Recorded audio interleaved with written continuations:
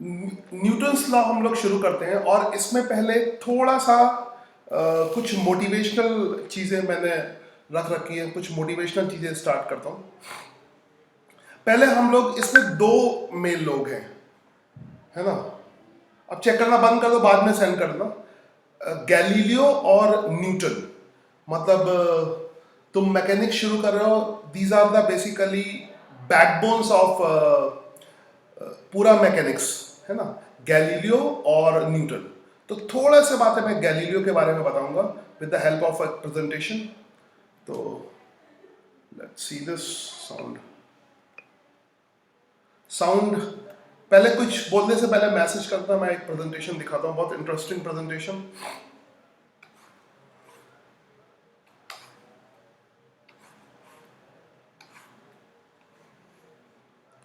ये एक प्रेजेंटेशन है ना, अबाउट द गैलीलियो।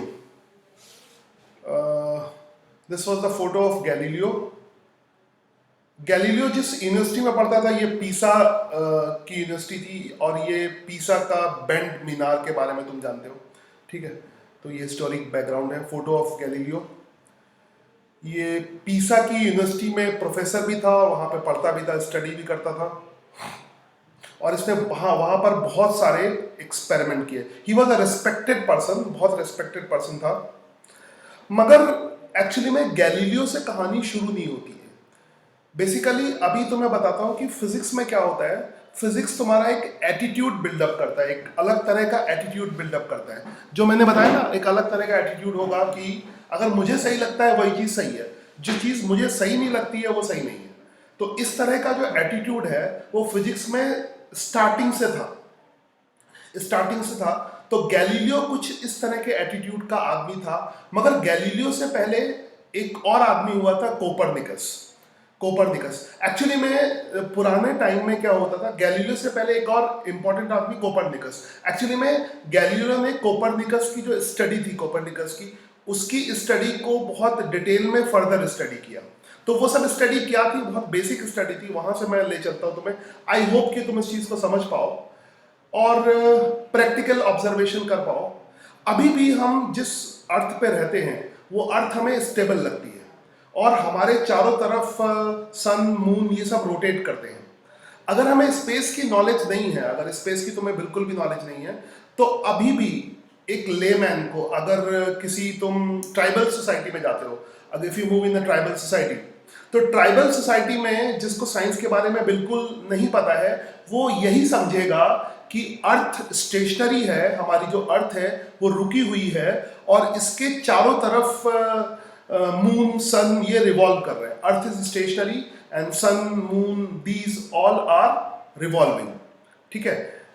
उस समय का जो कैथोलिक चर्च है, कैथोलिक अपने यहाँ जो पुराने समझ लो, जैसे जो रूढ़िवादी जिसको कहते हैं, क्या हिपोक्रेट, है ना। हमारे कैथोलिक नहीं, हमारे हिंदुओं में भी वैसे ही होते हैं कि इस तरह से पूजा करो, इस तरह से करो, ये सिस्टम फॉलो करो। ऐसे ही कैथोलिक्स जो है, पुराने तरह के लोग, पुरानी मान्यता को मानने वाले। एक्चुअली में जितनी भी रिलीजियस पर्सन होते हैं, जितने भी धार्मिक लोग होते हैं जो बहुत ज़्यादा पूजा पाठ वगैरह करते हैं, वो बहुत स्ट्रिक्ट रहते हैं, और एक्चुअली में रिलीजन से साइंस को बहुत नुकसान हुआ है।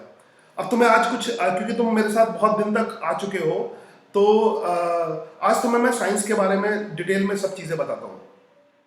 एक्चुअली में एक जो बहुत बड़ा एटीट्यूड है, समझ में आएगा। जैसे मैं कभी पूजा पाठ नहीं करता, कोई पूजा पाठ, जैसे तुम बोलोगे ये कृष्ण भुक्र, तो मैं पूजा पाठ नहीं करता। साइंस का आदमी कभी भी रिलीजियस नहीं होगा। साइंस और रिलीजन की जो लड़ाई है वो अभी से नहीं चल रही है, वो बहुत पुरानी है। मैं तुम्हें साइंस बता रहा हूँ। साइंस का आदमी नेचुरली एंटी रिलीजियस होगा, मतलब वो कोई भी धर्म हो। ये बहुत थोड़ा एक फीलिंग देने की मैं तुम्हें कोशिश कर रहा हूँ। इसको फील करोगे तो साइंस के तुम स्टूडेंट बन पाओगे। साइंस का स्टूडेंट का मतलब ये नहीं कि कोई साइंस का एग्जाम पास करना, साइंस की डिग्री लेना, ये नहीं। साइंस एक एटीट्यूड है, साइंस एक बहुत बड़ा एटीट्यूड है। मैं उस एटीट्यूड की तरफ तुम्हें ले चलता हूँ। वो एटीट्यूड क्या है, और वो एटीट्यूड धर्म के, रिलीजन के अपोज से पैदा हुआ है। रिलीजन के अपोज से वो एटीट्यूड पैदा हुआ है, तो वहां पर ले चलता हूँ जहां से साइंस डेवलप की है। तो इससे मैं दिखाता हूं एक्चुअली में। तो जो पुराने कैथोलिक चर्च थे, ये वैसे गैलीलियो भी कैथोलिक ही था, चर्च में। ये भी मजबूरी में चर्च जाता था। गैलीलियो मजबूरी में चर्च जाता था। अच्छा, मैं पहले अपनी कहानी को शुरू करता हूँ, फिर प्रेजेंटेशन दिखाता हूँ, फिर गैलीलियो पे आता हूँ, क्योंकि मेरी कहानी कुछ प्रेजेंटेशन से इधर उधर चलेगी।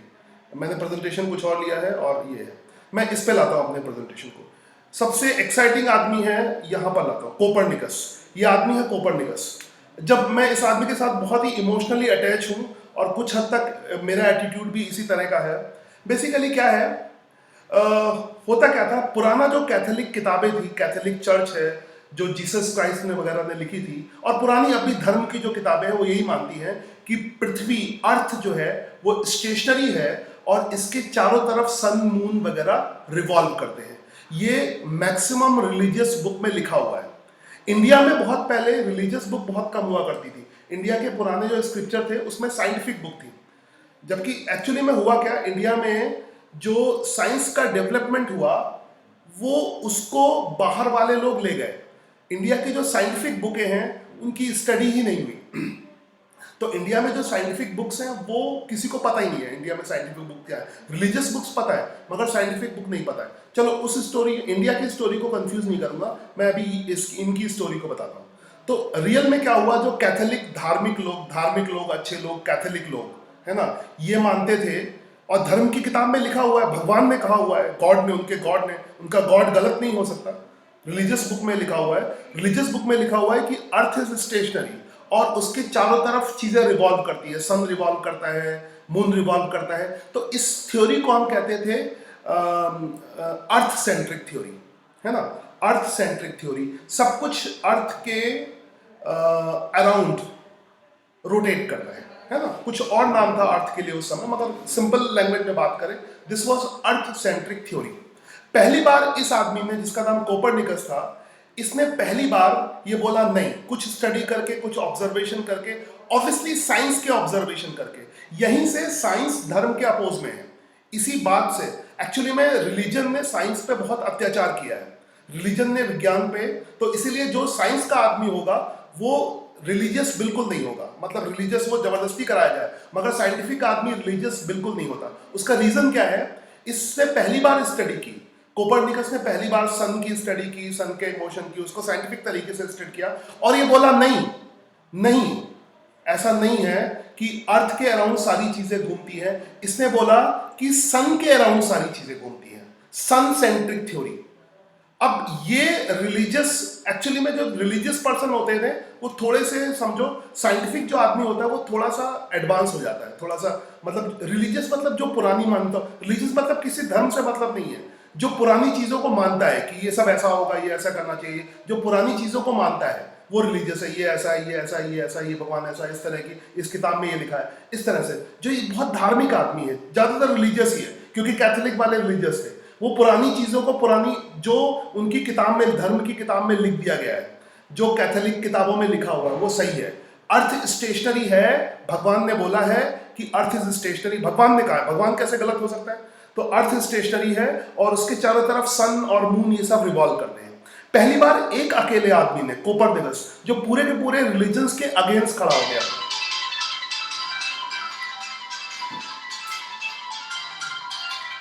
हेलो हेलो, क्या?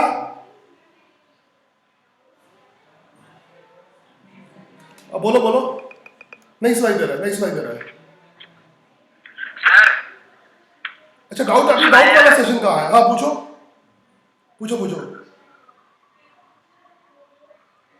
अच्छा, मैंने तुम्हारा साउंड बंद कर रखा था, मैंने अपने रिदम में बोलूंगा, बोलो। हाँ अब आ रही है, बोलो।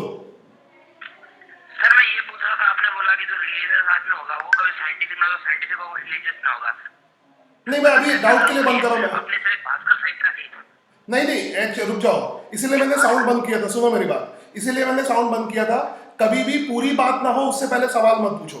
अभी मेरी पूरी बात सुन लो, आधी बात समझोगे, आधी बात मत समझो, इस पे सवाल नहीं है। मैं ये नहीं समझा रहा हूँ तुम्हें, मैं तुम्हें दूसरी चीज समझा रहा हूँ, इसमें वो धर्म की अगेंस्ट बात नहीं है। मेरी पूरी बात सुन लो ध्यान से, है ना, इसीलिए मैंने साउंड बंद किया था। मुझे बीच में डिस्टर्ब मत करो, ठीक है? और सवाल पूछने से पहले चैट करना। प्रेजेंटेशन ये कोई साइंटिफिक प्रेजेंटेशन नहीं है, ये मैं, ये क्या कहते हैं, थोड़ा सा मोटिवेट करने की कोशिश कर रहा हूँ, साइंटिफिक एटीट्यूड डेवलप करने की। अगर वो एटीट्यूड डेवलप नहीं हुआ तो बहुत मुश्किल हो जाएगा, तो बंद करो। और वैसे भी मैं कैथोलिक धर्म की बात कर रहा हूँ, तो हिंदू धर्म है इसकी बात नहीं कर रहा हूँ, क्योंकि मेरी इसकी कहानी में कैथोलिक धर्म आता है, हिंदू धर्म वगैरह नहीं आता है, ठीक है। तो इसको बंद करो, और इससे मैं साइंस समझाने की कोशिश कर रहा हूँ, साइंटिफिक एटीट्यूड। तो अभी मैं कोई बात नहीं सुनूंगा, फिर बंद करता हूँ, मुझे मैसेज कर देना, ठीक है। बीच में डिस्टर्बेंस आई डोंट लाइक इस तरह के डिस्कशन में। साइंस में तो चलता है, मगर इसमें डिस्कशन में ये मोटिवेशन लेक्चर है नाउ, तो बीच में नहीं तो गड़बड़ हो जाएगी। नाउ लिसन, अब ये पहला ऐसा आदमी था, साइंस का आदमी, जो रिलीजन के अपोज में खड़ा हुआ। पहली बार इसने पूरे सिस्टम का अपोज किया जो धर्म की किताबों में, रिलीजियस कैथोलिक किताबों में, कैथोलिक धर्म की किताबों में लिखा हुआ था कि अर्थ स्टेशनरी है, उसका अपोज किया इसने साइंटिफिक स्टडी करके। और मैं इंडियन साइंस की बिल्कुल बात नहीं कर रहा, अभी इंडियन साइंस के बारे में बात नहीं कर रहा, क्योंकि उसके बारे में बहुत सारी चीजें पता नहीं है, ठीक है। मैं अभी जो साइंस तुम्हें पढ़नी है, तुम जो साइंस पढ़ते हो वो इंडियन साइंस नहीं पढ़ते हो, तुम जो साइंस पढ़ोगे वो अंग्रेजों की साइंस पढ़ोगे। न्यूटन कौन है? अंग्रेज था। गैलीलियो कौन है? अंग्रेज था। कोपरनिकस कौन है? अंग्रेज था। हम जो स्टडी कर रहे हैं वो अंग्रेजों की साइंस पढ़ रहे हैं, मतलब इंडियन साइंस के बारे में बात ही नहीं कर रहे, क्योंकि वो स्टडी नहीं कर रहे हैं। वो स्टडी कोई करता है, वैदिक गणित क्या है, कोई मतलब वो कोई स्टडी नहीं करता है, उसका मतलब कोई यूज नहीं होता है। स्कूल में कोई एग्जामिनेशन में उसके क्वेश्चन नहीं आते हैं, ठीक है। स्कूल में किसी भी इंडियन पुराने स्क्रिप्चर का जिक्र नहीं होता है, ठीक है। तो इंडियन साइंस एक्चुअल में क्या थी वो मुझे नहीं पता, और स्कूलों में उसकी स्टडी नहीं होती है। अभी मैं स्पेशली उसकी बात करता हूँ जिसकी स्कूलों में स्टडी होती है, ठीक है। तो थोड़ी देर में क्वेश्चन पूछना आराम से, जब ये प्रेजेंटेशन खत्म हो जाए ना। तो ये जो है, हाँ, कुलदीप, मैं फिर से भास्कराचार्य की बात नहीं कर रहा, क्योंकि भास्कराचार्य हमारे सिलेबस में नहीं है।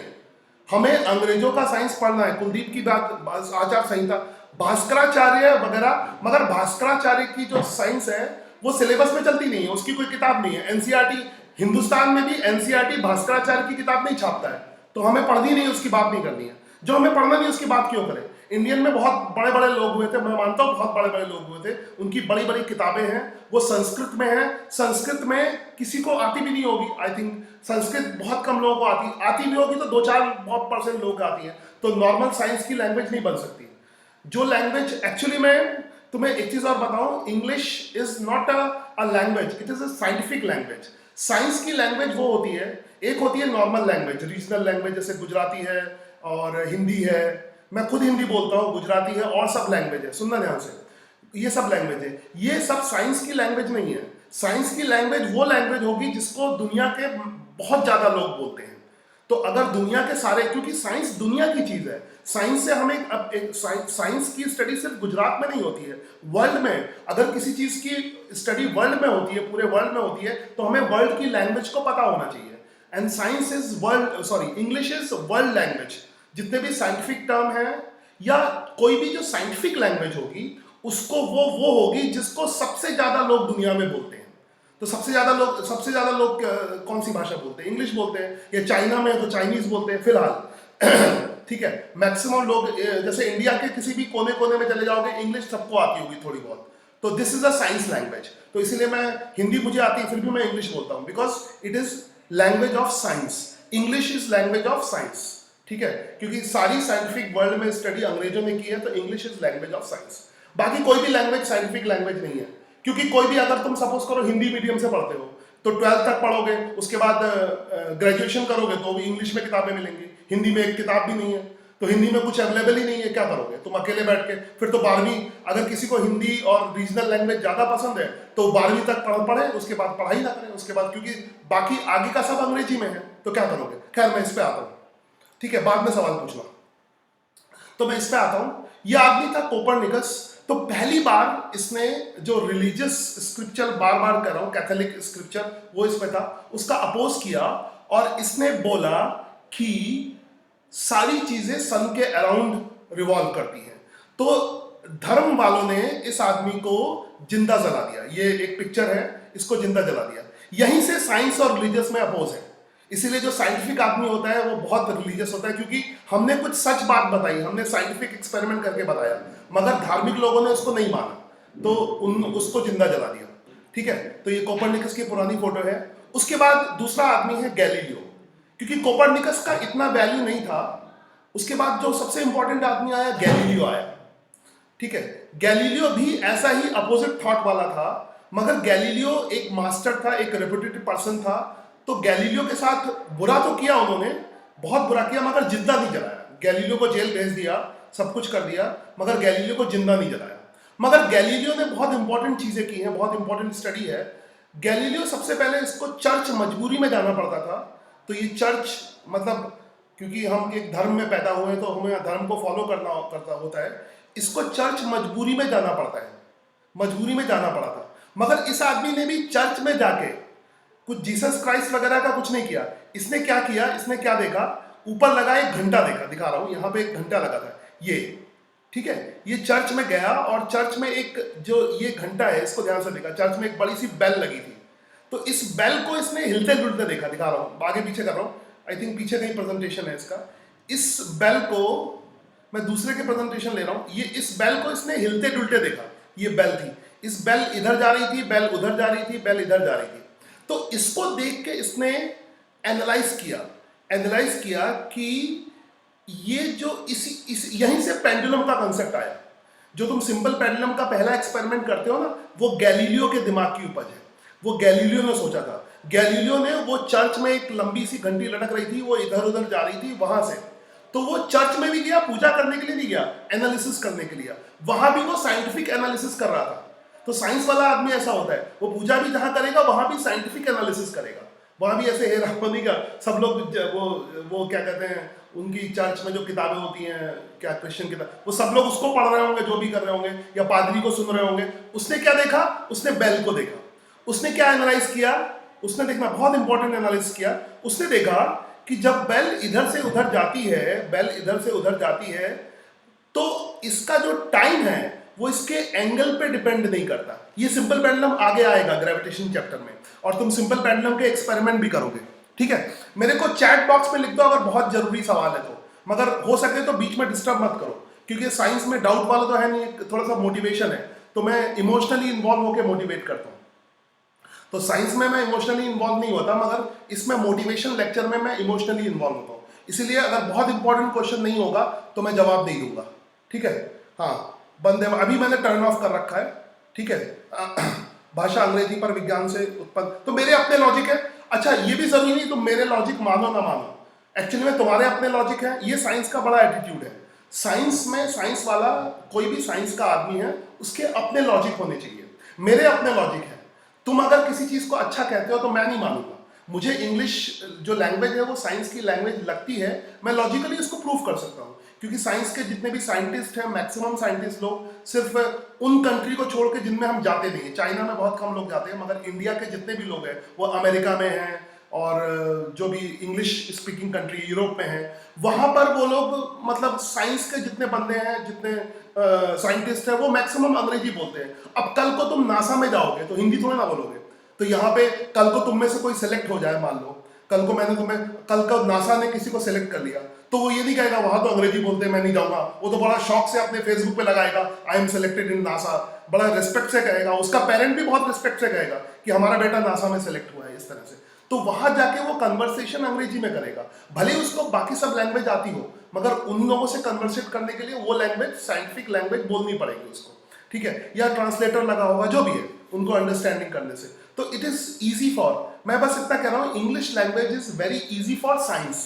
बाकी बोलने वालने की बात देखो, बोलचाल में कौन सी भाषा अच्छी है, नॉर्मल कन्वर्सेशन में क्या करता है। इंग्लिश के टर्म जो है वो साइंस के लिए बहुत ईजी है, बाकी हिंदी के टर्म साइंस के लिए बहुत कॉम्प्लिकेटेड है।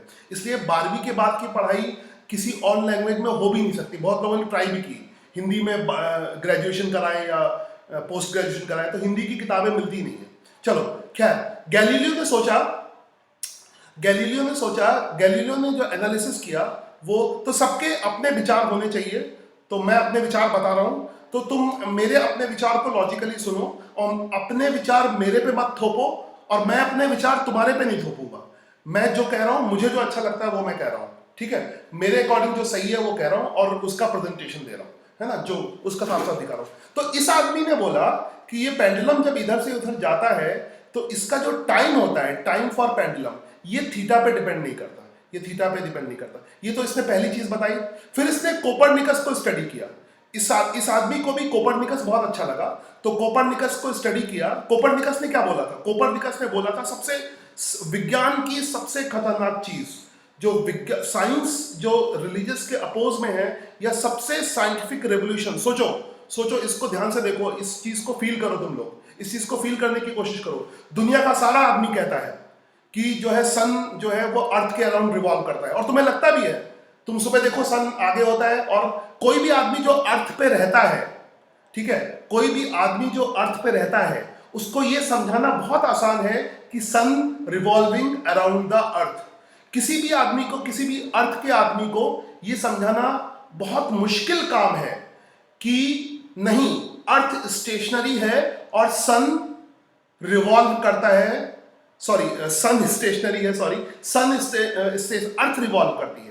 यानी किसी आदमी को समझाना बहुत आसान है कि सन रिवॉल्व करता है, ये समझाना बहुत मुश्किल है कि अर्थ रिवॉल्व करती है सन के around. It is next to impossible. कैसे समझाओगे उसको? क्या यूनिवर्स में ले जाओगे? क्या करोगे जब तक वो तैयार नहीं होगा? कोपरनिकस ने तो बहुत मुश्किल से टेलीस्कोप बनाया, टेलीस्कोप से देखा, वो भी बहुत मुश्किल स्टडी करके। तो कितना मुश्किल होगा, इस चीज को फील करो। मैं तुम्हें सिर्फ इसलिए बता रहा हूं ये सब बातें क्योंकि साइंस का एटीट्यूड ऐसा है, वो जब तक उसे खुद अच्छी नहीं लगती तब तक वो बातें मानता नहीं है। समझ रही बात? तो मैं खाली तुम्हें साइंस पढ़ाना नहीं चाहता, साइंस का एटीट्यूड डेवलप करना चाहता हूं कि तुम्हें जो अच्छा लगे वो सही है। उसके लिए सारी दुनिया को गलत लगे, सारी दुनिया अकेला आदमी था कोपरनिकस, और इसके साथ एक दो लोग होंगे जो उसको मित्र समझने वाले। एक अकेला आदमी सारी दुनिया के विचार के अपोज में चला गया। सारी दुनिया धर्म जो चलता है, और धर्म भी उसके साथ है, बड़े बड़े लोग जो धार्मिक लोग हैं, बड़े बड़े पुजारी, पंडित, सब उस समय के राजा महाराजा, सब उन लोगों के साथ है। सब लोग कह रहे हैं धर्म की किताब है, भगवान ने बोला है कि अर्थ स्टेशनरी है और सन इसके अराउंड रिवॉल्व करता है। अर्थ स्टेशनरी है और दिखता भी यही है, सबको दिखता भी यही है, सबको समझाना बहुत आसान है। मगर एक आदमी बोल रहा है नहीं, अर्थ रिवॉल्व कर रही है सन के अराउंड, नहीं, अर्थ रिवॉल्व कर रही है सन के अराउंड। तो सोचो कितना मुश्किल काम होगा। और ये आदमी अच्छा खाता पीता आदमी, और मतलब सिर्फ एक, इसने कुछ भी गलत काम नहीं किया, कुछ भी मतलब कोई भी चोरी नहीं की, किसी को मारा नहीं।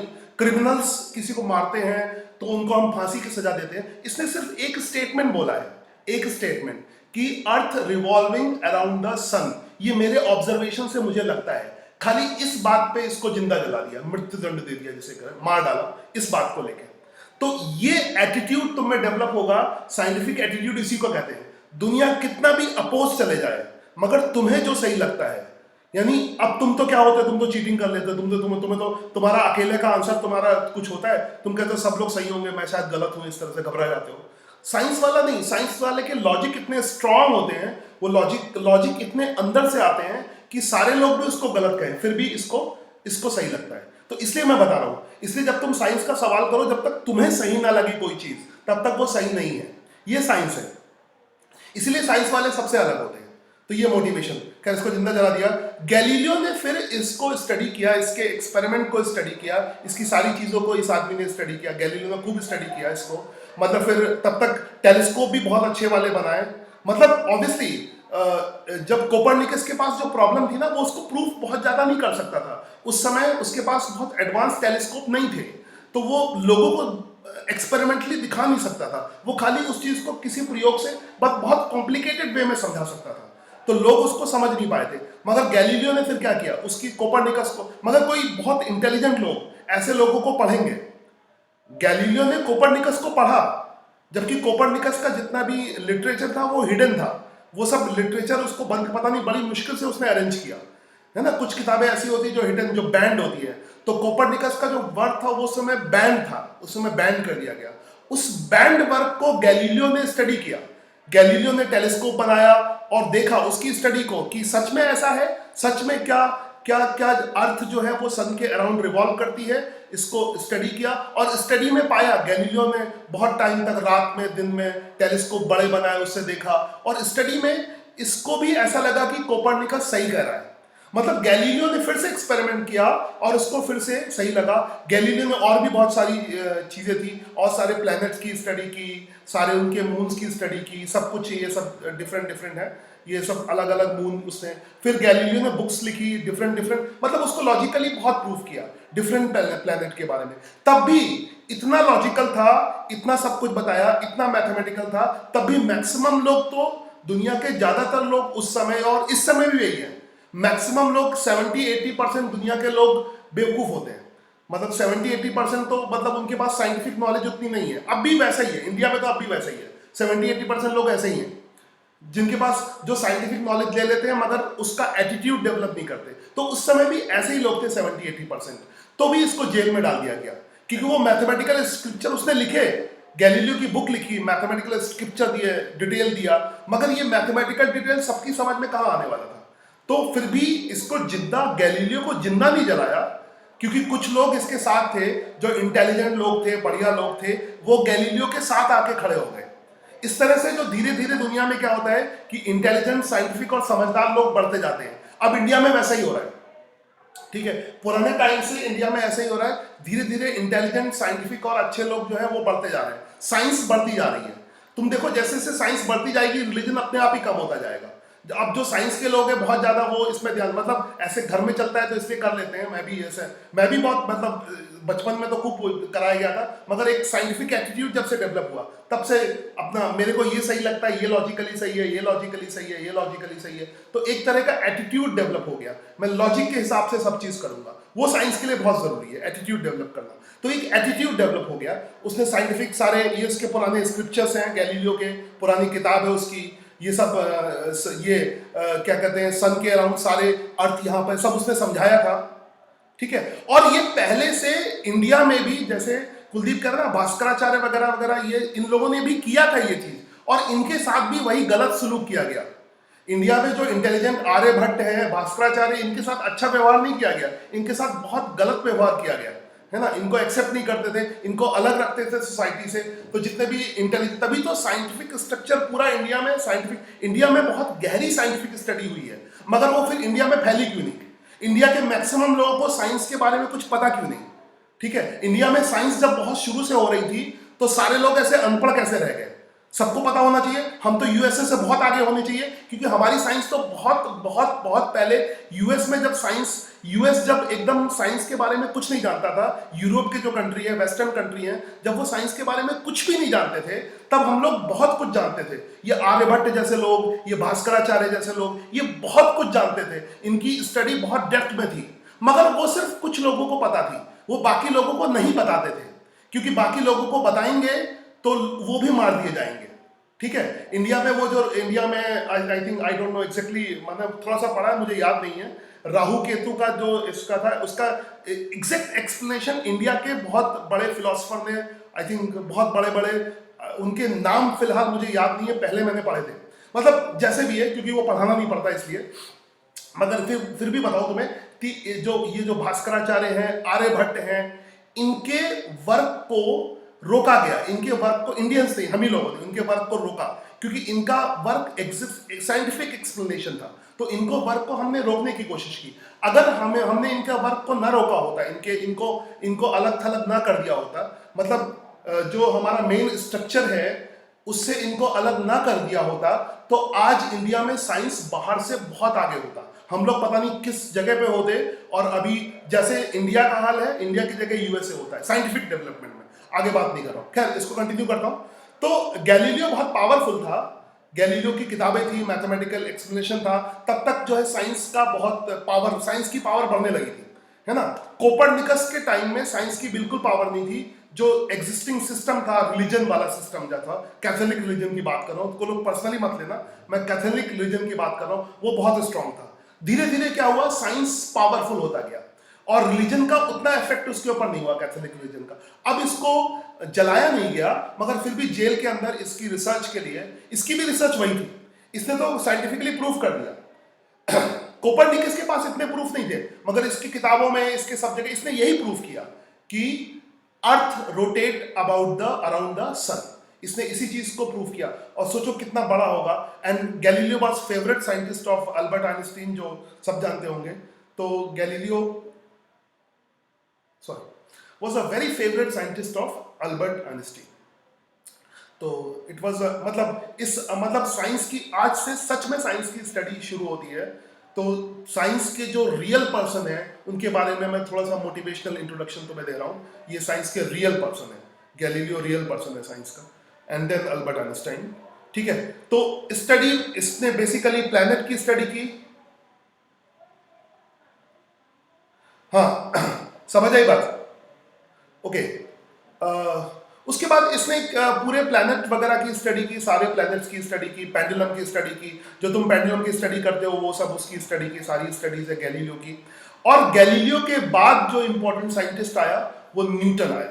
तो थोड़ा सा मैं न्यूटन के बारे में बताऊंगा और फिर आगे शुरू करूंगा ना। तो तुम्हें पता होना चाहिए मैक्सिमम जो साइंस है वो जो दैट इज डेवलप्ड बाय, अभी जो तुम पढ़ोगे दैट इज डेवलप्ड बाय, उसके जो बेसिक्स हैं वो गैलीलियो ने डेवलप किए हैं। और याद रखो इनकी जो साइंस है, सुनना ध्यान से एक चीज, इनकी जो साइंस है, जो पुरानी यूनिवर्सिटीज हैं इनकी साइंस नहीं चलती थी। मतलब ये लोग, ये गैलीलियो का जो वर्क है वो ऐसा नहीं था, उस समय पढ़ाया नहीं जाता था। उस समय अरिस्टो की साइंस चलती थी। तो गैलीलियो की जो साइंस थी वो एरिस्टोटल के एकदम अपोज में थी। अभी फिलहाल मैं अरिस्टो की एग्जैक्ट साइंस क्या है वो तो मैं नहीं बताऊंगा, वो अलग बहुत डिटेल में जाएगा। मगर इतना समझ लो कि गैलीलियो ने जो डिस्कवरी की थी, जो साइंटिफिक डिस्कवरी, जो साइंटिफिक ऑब्जर्वेशन थे, वो उतने ज्यादा फेमस नहीं थे, क्लास में पढ़ाए नहीं जाते थे, पढ़ाया एरिस्टोटल जाता था। तो इसके जो गैलीलियो के साइंटिफिक ऑब्जर्वेशन थे वो एरिस्टोटल के, अरिस्टो के बहुत अपोज में थे। तब भी जो है गैलीलियो ने उसको गैलीलियो उसको अलग से कंटिन्यू किया। ये उसके स्कूल कैम्ब्रिज में पढ़ाया नहीं जाता था। ये सब जो उसने ऑब्जर्वेशन किए उसके सिलेबस में नहीं थे, उसने अलग से ऑब्जर्वेशन किए। तुमने देखा होगा खाली अलग से ऑब्जर्वेशन किए, खाली चर्च में जाता था तो चर्च की बेल देख के अपने ऑब्जर्वेशन को अलग से अपने दिमाग से निकाला। तो ये सब उसके दिमाग से निकला, और कितना खतरनाक और कितना ज्यादा निकल गया वो तुम देख सकते हो। गैलीलियो के बाद जो साइंटिस्ट हुआ, इसको खत्म करता हूं, गैलीलियो के बाद जो साइंटिस्ट हुआ जिसके हम लॉस पढ़ेंगे वो है न्यूटन। ठीक है, गैलीलियो के बाद, एक फोन बैटरी बहुत है, गैलीलियो के बाद जो साइंटिस्ट हुआ वो न्यूटन हुआ, वो न्यूटन है। ठीक है, सो उसके बारे में थोड़ा सा बताता हूं, फिर हम थोड़ा सा एग्जैक्ट जो साइंटिफिक एटीट्यूड है वो डेवलप, मतलब जब तक साइंटिफिक एटीट्यूड डेवलप नहीं हुआ तब तक तो मजा नहीं आएगा। ये मैंने आइजैक न्यूटन,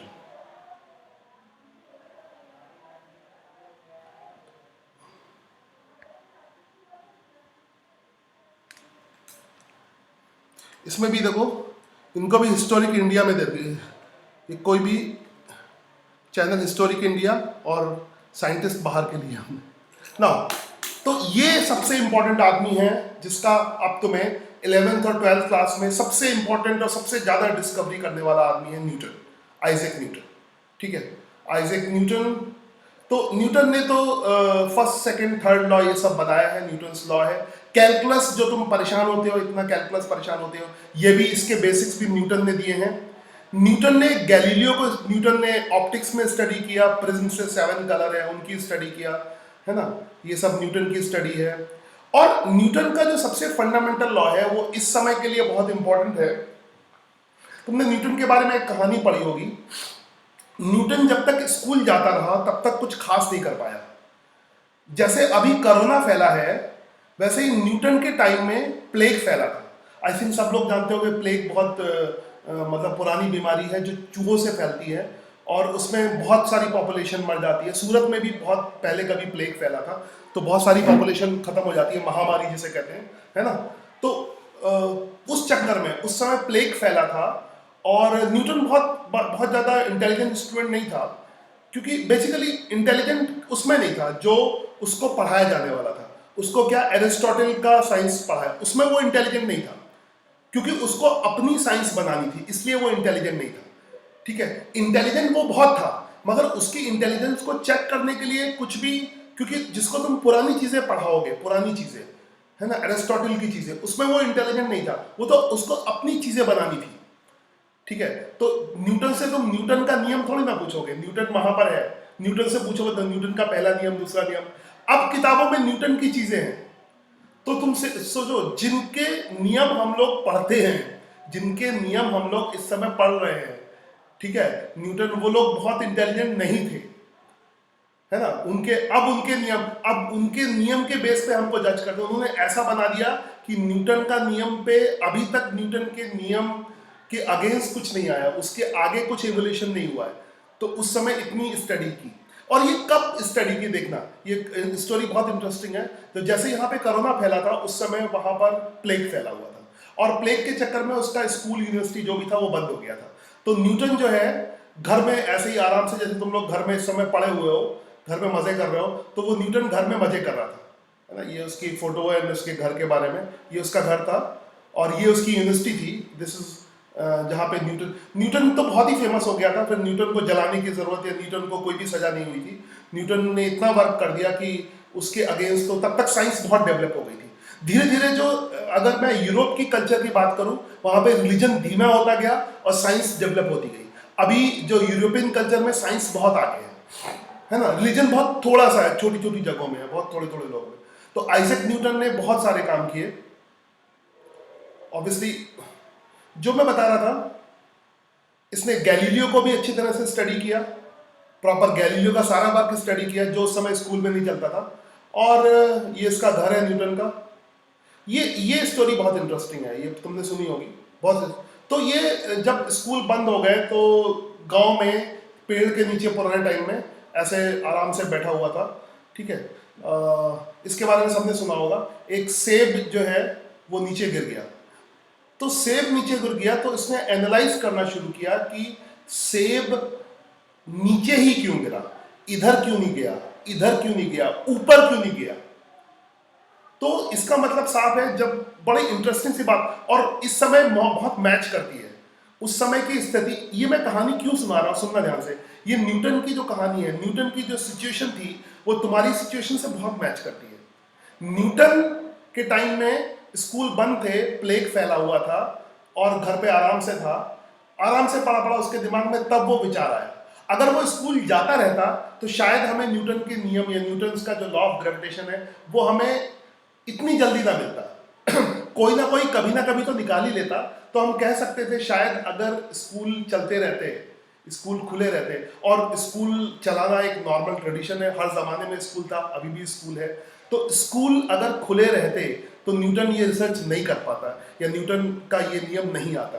तो ये बाई चांस, ये मेरा ओपिनियन है, मेरा अपना, क्योंकि स्कूल बंद हुए, न्यूटन आराम से रिलैक्स हुआ, बाग में पड़ा था, सेब के बाग में सेब खा रहा था रिलैक्स, और अचानक उसने सोचना शुरू किया, ये जो सेब नीचे गिरा, ये नीचे ही क्यों गिरा, ऊपर क्यों नहीं गिरा। बस इसी, एक्चुअली मैं, कई बच्चे मेरे से पूछते हैं कौन सी किताब, कौन सी ये करें, इसीलिए मैं कहता हूं सेल्फ थिंकिंग डेवलप करो। ये तो पहले किसी किताब में लिखा ही नहीं था।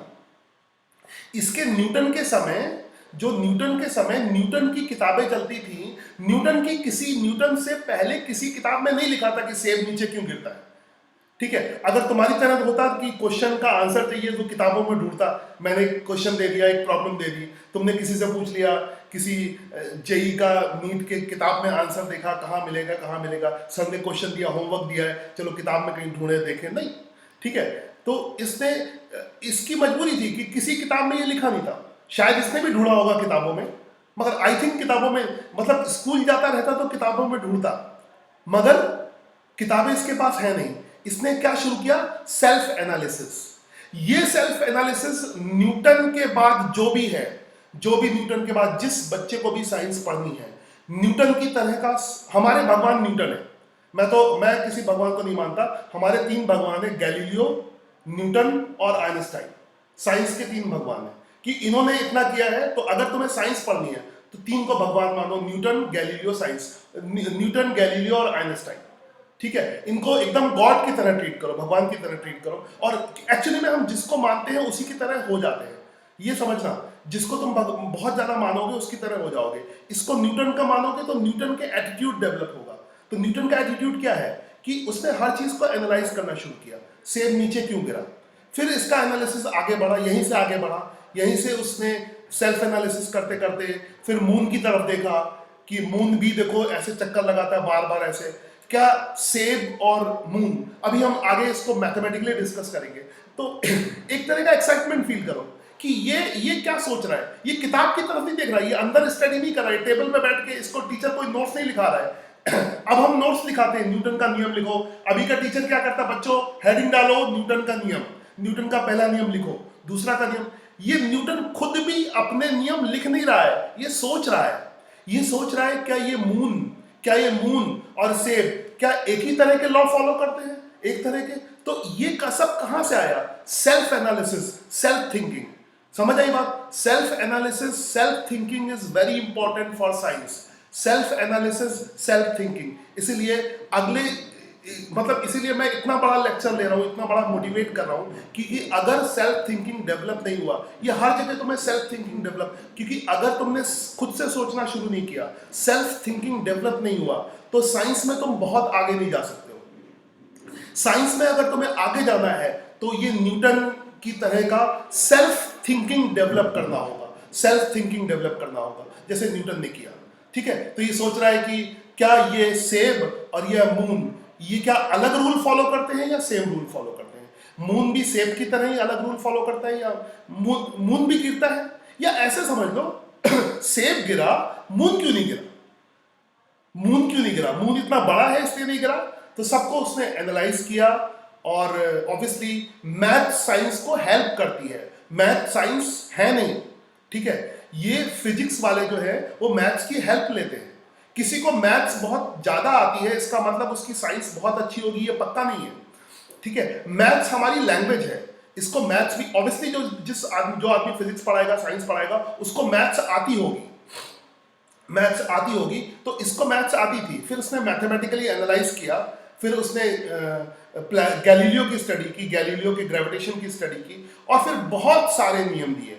न्यूटन के नियम हर जगह हैं, हीट में, लाइट में, न्यूटन लॉ ऑफ ग्रेविटेशन है। न्यूटन के कितने नियम हैं? तो समझ लो तुम्हें अपने सिलेबस में न्यूटन, तुम्हारा सिलेबस है न्यूटन गैलीलियो, न्यूटन का काम और गैलीलियो का काम ही तुम्हारा सिलेबस है। एक दो साइंटिस्ट इधर उधर के आएंगे, मगर तुम्हारा जो अब तुम सिलेबस पढ़ रहे हो वो अब तुम्हें एरिस्टोटल का काम नहीं पढ़ाया जा रहा था। ध्यान से सुनना, जब न्यूटन था और जब गैलीलियो था, इनको एरिस्टोटल का काम पढ़ाया जा रहा था, मगर अब तुम्हें किसका पढ़ाया जा रहा है? न्यूटन का और गैलीलियो का। तो आगे न्यूटन और गैलीलियो ने जो किया है वो हम पढ़ेंगे। ऑब्वियसली जिस तरह से उन्होंने लिखा पुरानी लैंग्वेज में वैसे नहीं पढ़ेंगे, अभी उसके बहुत सारे यूज हो चुके हैं। तुम्हारा जो रॉकेट उड़ता है, तुम जो भी बड़ी बड़ी चीज करते हो, मतलब इन्होंने कितने पुराने टाइम में जो नियम खोजे थे अभी तक उनके एप्लीकेशन हो रहे हैं।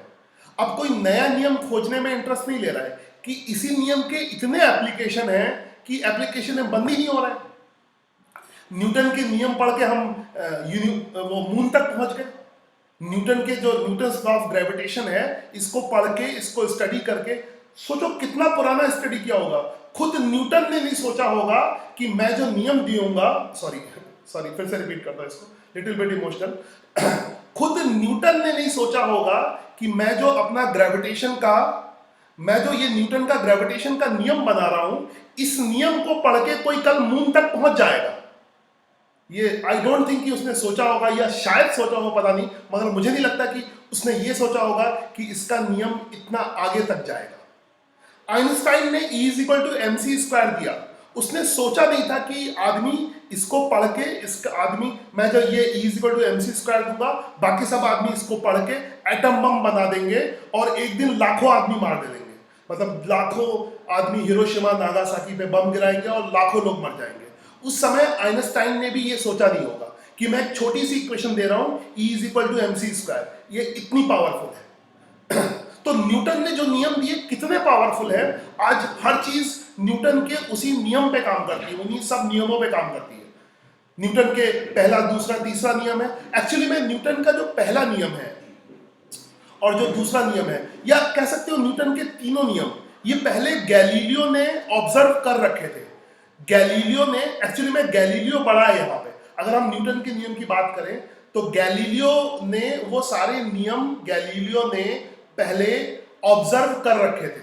बाकी उसने पब्लिश नहीं किए थे।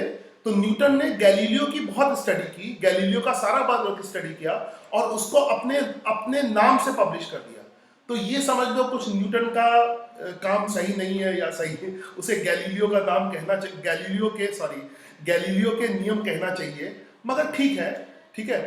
मैंने किसी साइंटिस्ट की स्टडी की है, मैंने इसमें गैलीलियो को मेंशन किया, ऑब्वियसली गैलीलियो को मेंशन किया, गैलीलियो के वर्क को बहुत ज्यादा स्टडी किया, सारा गैलीलियो का वर्क है। जैसे गैलीलियो ने कोपरनिकस के सारे वर्क को स्टडी किया और उसके बाद न्यूटन ने गैलीलियो के, ये न्यूटन बाद में पैदा हुआ, तो न्यूटन ने गैलीलियो के सारे वर्क को स्टडी किया और न्यूटन के 3 नियम दिए, 1 2 3, Newton first law, Newton second law, Newton third law, जिसके बारे में अगले 2 या 3 या 4 हफ्तों तक या 1 महीने तक कह सकते हो हम लोग स्टडी करेंगे। न्यूटन के नियम, उसके एप्लीकेशन, उसके प्रैक्टिकल पॉइंट, या तुम लोग 6, 7, 8, 9 हर क्लास में न्यूटन के नियम तो पढ़ते ही पढ़ते हो।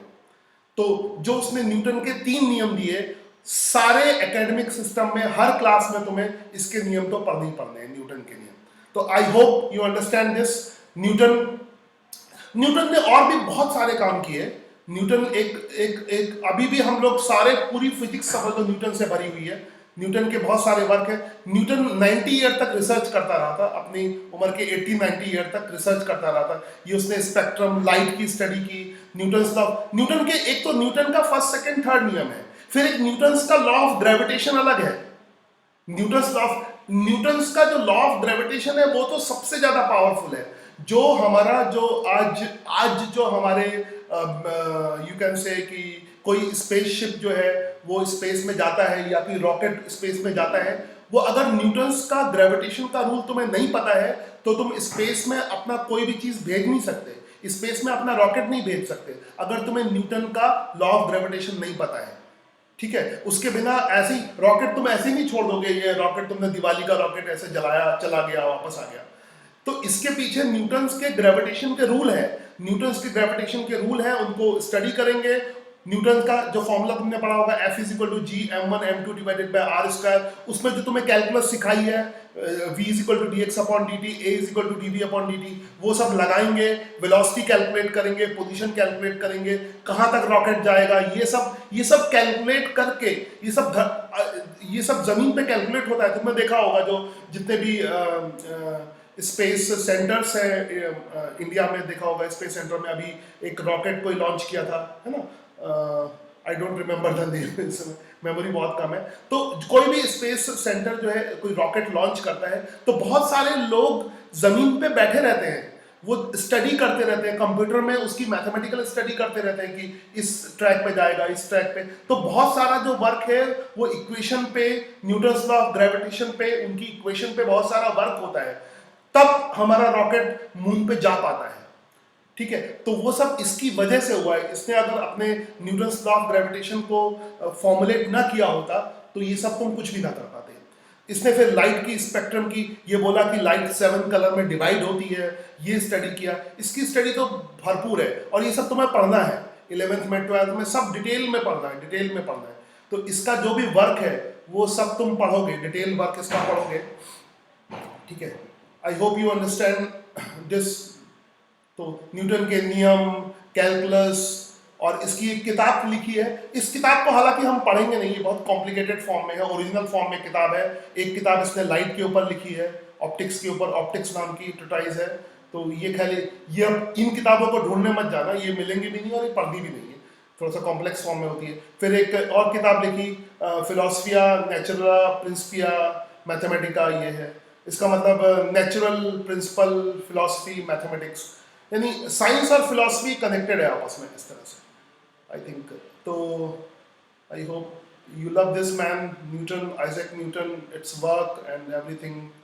ठीक है, तो ये 2 प्रेजेंटेशन थे जिनमें तुम्हें गैलीलियो और न्यूटन के बारे में बताया। सारे प्रेजेंटेशन का जो कंक्लूजन है वो यही है कि develop your scientific attitude. Science की स्टडी करने जा रहा हो, सब चीज़ें बेकार है। मतलब ऑब्वियसली एक आदमी जो साइंस की स्टडी कर रहा है वो चीटिंग तो नहीं कर सकता, समझ आई बात। वो अगर तुम्हारे, वो तो अपने विचार से वो उसको आंसर दिख भी जाएगा। इतनी कहानी के बाद शायद तुम्हें ये समझ में आए कि अगर उसको किसी दूसरे बच्चे का आंसर दिख भी रहा है तब भी उसको नहीं लिखेगा, जब तक उसके अंदर से लॉजिक नहीं आएगा। तो जो चीटिंग करते हैं साइंस के, आर्ट्स के बच्चे चीटिंग करते हैं, मैं मानता हूं वो आर्ट्स के बच्चे कर सकते हैं, कोई दिक्कत नहीं। एक कॉमर्स का बच्चा है वो चीटिंग करता है, सही है, मगर साइंस का बच्चा एग्जाम में चीटिंग करे तो वो साइंस नहीं पढ़ रहा है। क्योंकि साइंस का ऐसी कि मेरा विचार है तभी मैं, अगर मेरे पास विचार नहीं है, मेरा थॉट नहीं है, तो मैं कुछ नहीं लिखूंगा। अगर सपोज करो मैंने उस टॉपिक को, उस चैप्टर को नहीं पढ़ा है, मेरा उस बारे में, मेरा किसी क्वेश्चन के बारे में कोई विचार ही नहीं बन रहा है, मेरे अपने थॉट्स नहीं है, तो मैं बगल वाले का देख के ABCD ऑप्शन नहीं लिखूंगा, उत्तर आंसर नहीं लिखूंगा। तो उस आंसर का कोई मतलब नहीं है, भले ही तुमसे सही हो जाए, तुम खुश भी हो जाओ। मान लो किसी क्वेश्चन, कोई ऑब्जेक्टिव क्वेश्चन मैंने तुम्हें दिया, तुमने तुक्का मार के उसका आंसर लगा दिया, मगर उसका लॉजिक तुम्हें नहीं पता है, तो तुम आंसर से खुश हो रहे हो, तो तुम साइंस के आदमी नहीं।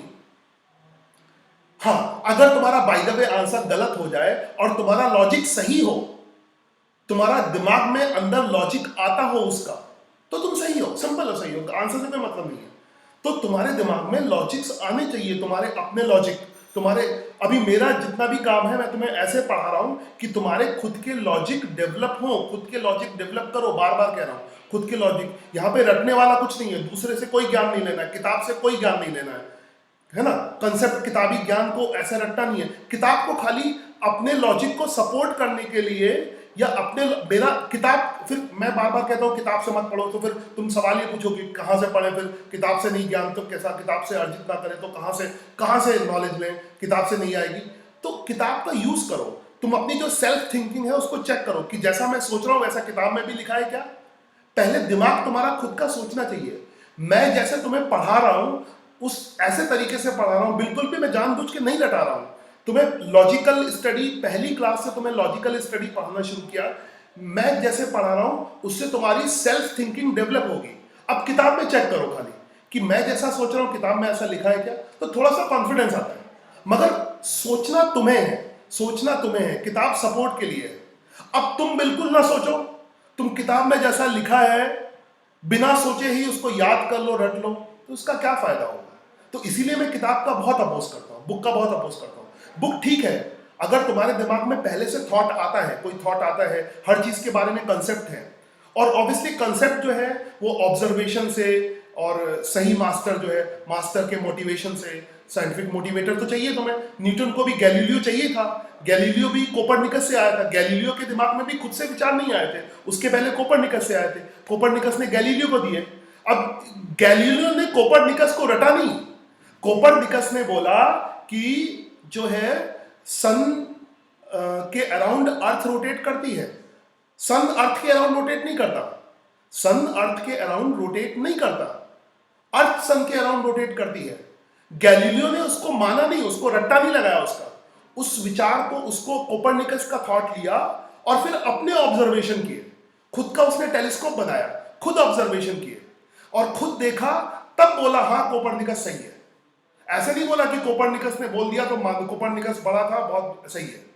न्यूटन ने भी गैलीलियो ने बोला, गैलीलियो को अगर, जैसे न्यूटन गैलीलियो को बहुत मानता था, एक तरह से कह सकते हो कोपरनिकस था गैलीलियो का टीचर, गैलीलियो था न्यूटन का टीचर, यानी न्यूटन सबसे ज्यादा, ये और भी अगर सिंपल लैंग्वेज में बात करें तो मेरे हिसाब से गैलीलियो भगवान मानता होगा कोपरनिकस को, और न्यूटन भगवान मानता होगा गैलीलियो को, साइंस का भगवान मानता होगा गैलीलियो को।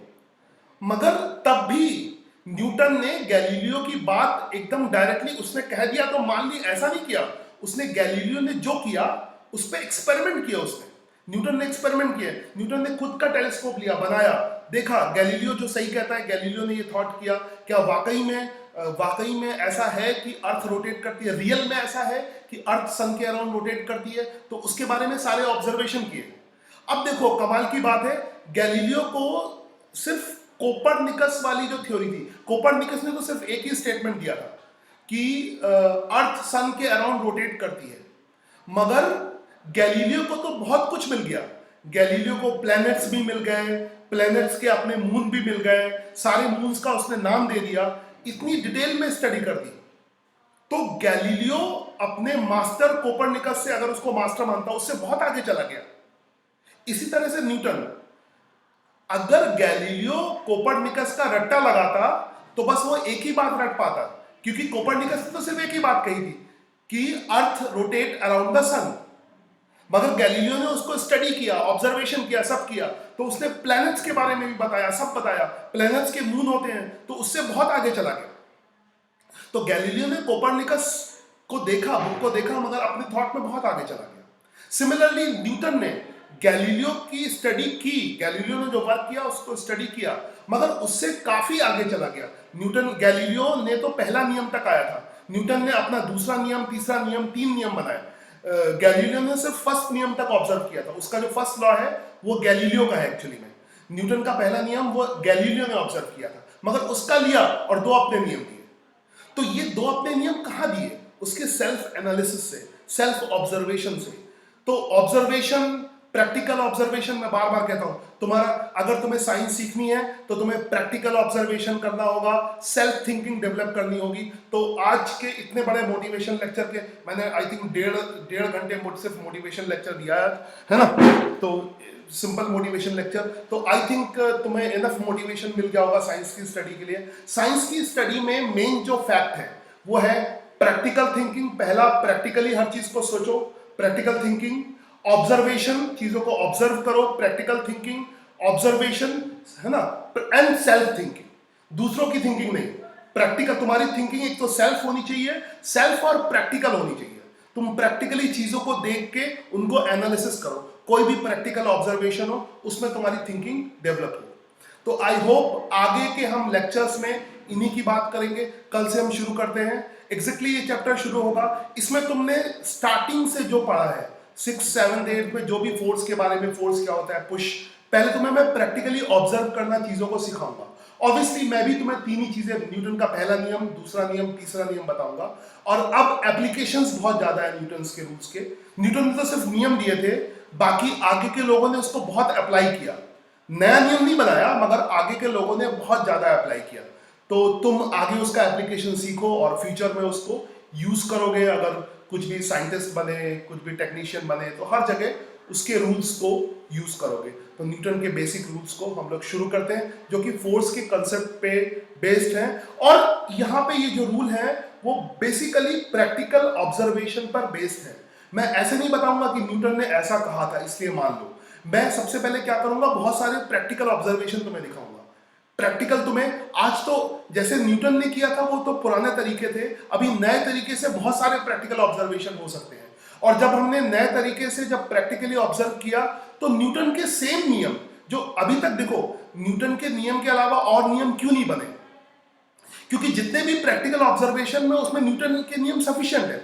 Newton's law of sufficient, Newton's law of motion, all the law of motion, 3 laws of motion are sufficient in all practical observation. चाहे वो बहुत ही हाई साइंटिफिक, बहुत हाई फाई मशीनरी हो या कुछ भी हो, सब जगह न्यूटन के नियम तो फॉलो होते ही हैं। तो हमने न्यूटन के बाद से जितने भी प्रैक्टिकल ऑब्जर्वेशन किए सब न्यूटन के रूल फॉलो करते हैं, इसीलिए अब तक हम उनको स्टडी करते हैं, वरना कब तक न्यूटन के नियम हम भूल जाते हैं। तो जो भी प्रैक्टिकल है, तो इसके ऑब्जर्वेशन अभी चल रहे हैं, तो दुनिया में कोई भी ऐसी प्रैक्टिकल चीज नहीं है तुम्हारे सराउंड में जो न्यूटन्स के रूल्स को फॉलो ना करती हो, फोर्स को फॉलो ना करती। बेसिकली न्यूटन का क्या रूल है, न्यूटन ने तो सर्च किया है, नेचर का रूल है। न्यूटन ने उसको सर्च किया इसलिए अपना नाम दिया। बेसिकली ये तो नेचर में है, ये नेचुरल रूल्स हैं जिसको न्यूटन ने सर्च किया, आइडेंटिफाई किया और अपना नाम दिया। तो कल से हम लोग न्यूटन के पहले नियम पे बात करेंगे, और पहले बहुत सारे प्रैक्टिकल डिमॉन्स्ट्रेशन से मैं पहला नियम मैं ऑब्वियसली लिखाऊंगा नहीं, लिखने वाला काम बाद में, पहले सिंपल प्रैक्टिकल ऑब्जर्वेशन, और उसमें मैं फोर्स की बात करूंगा, फोर्स कैसा होता है, पुश, कुछ तुमने बचपन में पढ़ा होगा, पुश कैसा होगा, पुल कैसा होगा, ठीक है, पुश और pull, contact force, non contact force ऐसे क्या होगा, फिर न्यूटन का है ना first law basically practically observe करके कैसा। बहुत लोगों को तो रटा होगा, मैं पूछूंगा भी तुमसे क्या रटा है, रटना छोड़ दो, सब कुछ प्रैक्टिकल ऑब्जर्वेशन करेंगे और प्रैक्टिकली देखेंगे कि वो अप्लाई होते हैं या नहीं होते हैं। एक बार तुम्हारा प्रैक्टिकल ऑब्जर्वेशन डेवलप हो गया तो तुम फिजिक्स का कोई भी सवाल कर लोगे, कोई भी क्वेश्चन कर लोगे, कोई भी क्वेश्चन, है ना। सेल्फ थिंकिंग, कुछ रटने की जरूरत नहीं पड़ेगी, प्रैक्टिकल ऑब्जर्वेशन, सेल्फ थिंकिंग। क्योंकि अभी तक कितनी भी सिचुएशंस है, सुनना ध्यान से, अभी तक कितने भी वास्ट वास्ट वास्ट वास्ट बहुत सारी, चाहे वो रॉकेट उड़ता हो, चाहे वो मून चक्कर लगाता हो, चाहे वो कोई प्लेनेट चक्कर लगाता हो, चाहे वो कार चलती हो, चाहे मैं एक बॉल ड्रॉप कर दूं, सबके लिए रूल सेम है, रूल फिक्स है, 3 रूल्स 1 2 3। तो जितने भी सवाल हैं वो 3 रूल को फॉलो करते हैं, जितने भी सवाल हैं। तो रूल तो हमें स्टडी अलग अलग करना ही नहीं है, हमें तो ये देखना है ये 3 रूल हर जगह कैसे फॉलो हो रहे हैं। तो बड़ा एक्साइटिंग है। तो इसमें रटने वाला कुछ ही नहीं है, दुनिया की हर चीज 3 नियम फॉलो करती है। ये अजीब सी बात है, कोई भी चीज ले लो, चाहे मैं चलने की बात हो, दौड़ने की बात हो, रॉकेट के चलने की बात हो, मून के रिवॉल्व करने की बात हो, दुनिया की हर चीज ये 3 नियम फॉलो करती है। तो इट इज सुपर एक्साइटमेंट। ये ऐसे किताबों से एक्साइटमेंट नहीं मिलेगा, रटने से एक्साइटमेंट नहीं मिलेगा। सोचो, अजीब सी बात है, अजीब सी बात है। तो सच में न्यूटन तो भगवान है सचमुच, और इस भगवान इसलिए इसने वो 3 नियम बता दिए जिसको दुनिया का हर ऑब्जेक्ट फॉलो करता है, वो 3 नियम इसने खोज दिए। तो मेरे लिए न्यूटन का जो 3 नियम है वही मेरे लिए सारे रिलीजियस स्क्रिप्चर है ना, जो क्योंकि नेचर उनको फॉलो करता है, नेचर, ये 3 नियम, इस 3 नियम के अगेंस्ट कुछ भी नहीं है। तो feel the excitement of these 3 loss. तो पहले मैं तुमने कहीं ना कहीं पढ़े होंगे, तो मैं तीनों नियम्स को एक साथ बताऊंगा, तीनों रूल्स को पहले एक एक करके नियम प्रैक्टिकली समझाऊंगा, लिखाऊंगा कुछ नहीं, फिर से कह रहा हूं नहीं लिखाऊंगा, बाद में लिखाऊंगा। तुम जो लिख के रट्टा मारते हो सब नोट्स, ये इतनी सारी चीजें इन नियमों को फॉलो करती है, लिखने की क्या जरूरत है, हर जगह तुम बैठे हो वहां भी न्यूटन का नियम है, तुम खड़े हो जाओ न्यूटन का नियम है, तुम दौड़ने लगो न्यूटन का नियम है, तुम तैरने लगो न्यूटन का नियम है, तुम उड़ने लगो न्यूटन का नियम है। इनको रटने की क्या जरूरत है, कुछ भी करोगे न्यूटन का नियम हर जगह है। तो तो आई थिंक इतने एक्चुअली में मुझे लगता था इस तरह का मोटिवेशन, साइंटिफिक मोटिवेशन, एक तरह का साइंटिफिक, तुम लोग अभी तक बात करते आए हो एग्जाम में पास होंगे कि नहीं होंगे, मतलब एग्जाम में कितने मार्क्स है, इसके इतने परसेंट है, 10th में 90% बच्चा, मैंने देखा 10th में 90% लाते हैं, मगर उनको एक बेसिक लॉजिकल क्वेश्चन पूछ दो वो बेकार है। मतलब साइंटिफिक थिंकिंग बिल्कुल नहीं है। तुम्हारा जो मार्क्स मिला वो तुम्हारा क्राइटेरिया नहीं है। बहुत सारे बच्चे, पेरेंट्स कहते होंगे मेरे बच्चे के 90% है, वो तुम्हारा क्राइटेरिया नहीं है। कभी कभी ऐसा होता है 50-60% वाला बहुत इंटेलिजेंट होता है, 90% वाला एकदम बेवकूफ होता है। तो ये जो स्कूल का मार्क्स मिलता है वो इंटेलिजेंसी का क्राइटेरिया नहीं है। इसीलिए 10वीं के मार्क्स को पूछता, 10वीं के मार्क्स कोई पूछता ही नहीं है, 11वीं के नहीं पूछता, बस एक मजबूरी है, 12वीं के मार्क्स पूछे जाते हैं। पहले वो भी नहीं पूछे जाते थे जेई नीट में। पहले जेई नीट वाले 12th में तुम्हारी कितनी भी परसेंटेज आ जाए, 45% आ जाए, तुम्हारी 35% आ जाए, अगर जेई नीट के एग्जामिनेशन में तुमने अलग से मार्क्स तुम्हारे अच्छे आए हैं, मतलब जेई नीट तुमने क्वालिफाई किया है, तो तुम सिलेक्ट हो, तुम्हारे बोर्ड में कितने भी परसेंट मार्क्स आए, कितने भी परसेंट। मगर इस चक्कर में क्या हुआ कि बच्चों ने जो रट्टा मारना है ना, बोर्ड का पढ़ना एकदम बंद कर दिया, एकदम बंद कर दिया। उन्हें लगा कि बोर्ड में सिर्फ 45% मार्क्स लाने, तो पढ़ने की जरूरत क्या है। और मेरी मानो कि बोर्ड में 45% मार्क्स तो बिना पढ़े भी आ सकते हैं, है ना, एग्जाम के 1-2 दिन पहले पढ़ लो। हाँ, 90 से ऊपर लाने हैं तो पढ़ने की जरूरत है थोड़ी सी। तो इसलिए बाद में जेई नीट ने क्राइटेरिया कर दिया, आई थिंक जेई ने बोला है कि 60% से ऊपर होने चाहिए बोर्ड में, और नीट ने बोला है 75% से ऊपर होने चाहिए। ऑब्वियसली सीबीएसई के एग्जाम में, या तुम्हारे जो भी गुजरात बोर्ड के किसी भी, तुम लोग सब सीबीएसई में हो गए, I hope you are, I think मैंने पूछा नहीं कभी, सीबीएसई बोर्ड, हाँ सीबीएसई बोर्ड में होंगे। तो सीबीएसई बोर्ड में 90% से ऊपर लाना बहुत आसान काम, बहुत आसान काम है।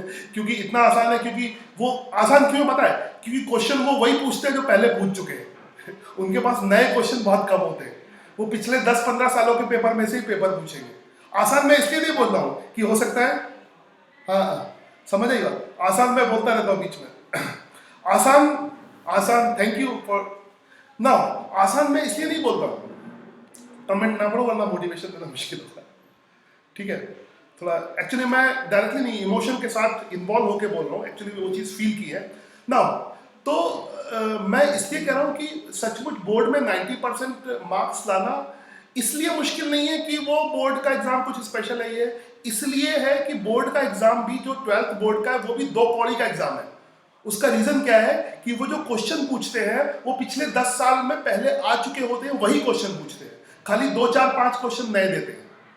तो कोई भी बच्चा पिछले 10 साल के पेपर देखेगा, पिछले 10 साल में कितने क्वेश्चन होंगे, 10 साल का नहीं, वो तो बच्चे तो 20 साल का देख लेंगे, साल में एक बार एग्जाम देना है।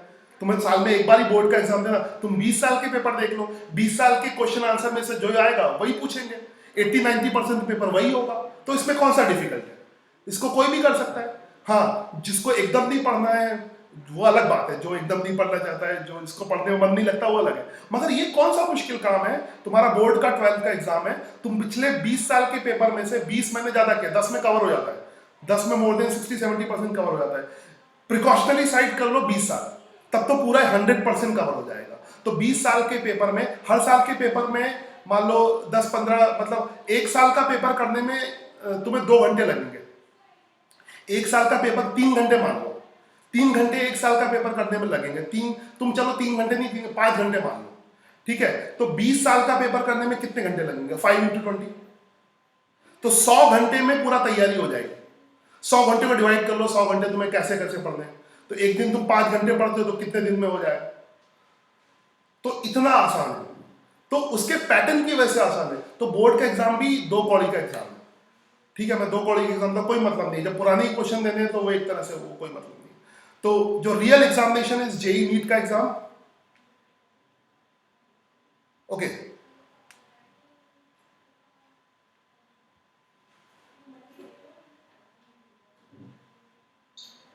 हम डैडियों के लिए तो सिर्फ एक डे आया ना